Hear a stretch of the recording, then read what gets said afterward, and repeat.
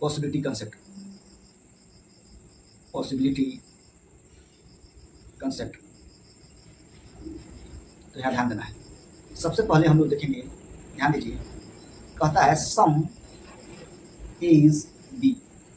तो सम is B का आपको हमने पहले ही अफर्मेटिव जब पढ़ा रहे थे उसमें फिगर हमने बताया था। एक बार और यहाँ पे हम लोग इसको फिगर बनाते हैं। तो सम इज बी का फिगर कैसे बनता है, यहाँ ध्यान दीजिए, सम इज बी का फिगर, तो सम इज बी का फिगर बनेगा कुछ ए क्या है, बी है, यहाँ ध्यान दीजिए, यही फिगर बनेगा। और ये कैसे बात करता है, आप जानते हैं left to right, right to left बात करता है। लेकिन हमको अफर्मेटिव, हम लोग अफर्मेटिव तो नहीं पढ़ रहे हैं, यहाँ आपको पॉसिबिलिटी पढ़ रहे हैं हम लोग, पॉसिबिलिटी, यानी जब जब जो है ये है पार्टिकुलर अफर्मेटिव, सॉरी पार्टिकुलर नहीं है ये निगेटिव, ये पार्टिकुलर, ये जो है पार्टिकुलर अफर्मेटिव स्टेटमेंट ये है, और पार्टिकुलर स्टेटमेंट अफर्मेटिव स्टेटमेंट आता है, तो इसका ये हम लोग एजम्पशन फिगर मान लेंगे। क्या मान लेंगे, एजम्पशन, ये फिगर है, मान लीजिए एजम्पशन फिगर है।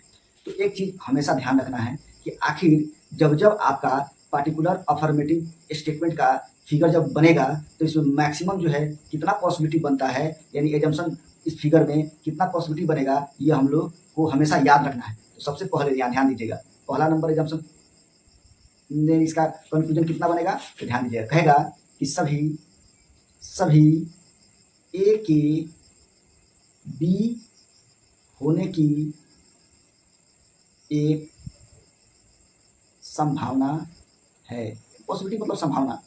दूसरा यहाँ ध्यान दीजिएगा, सभी बी के ए होने की एक संभावना है, तो दो होगा।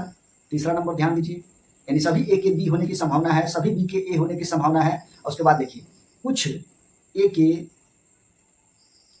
के बी नहीं होने की एक संभावना है, और चौथा नंबर में कुछ बी के ए नहीं होने की एक संभावना है।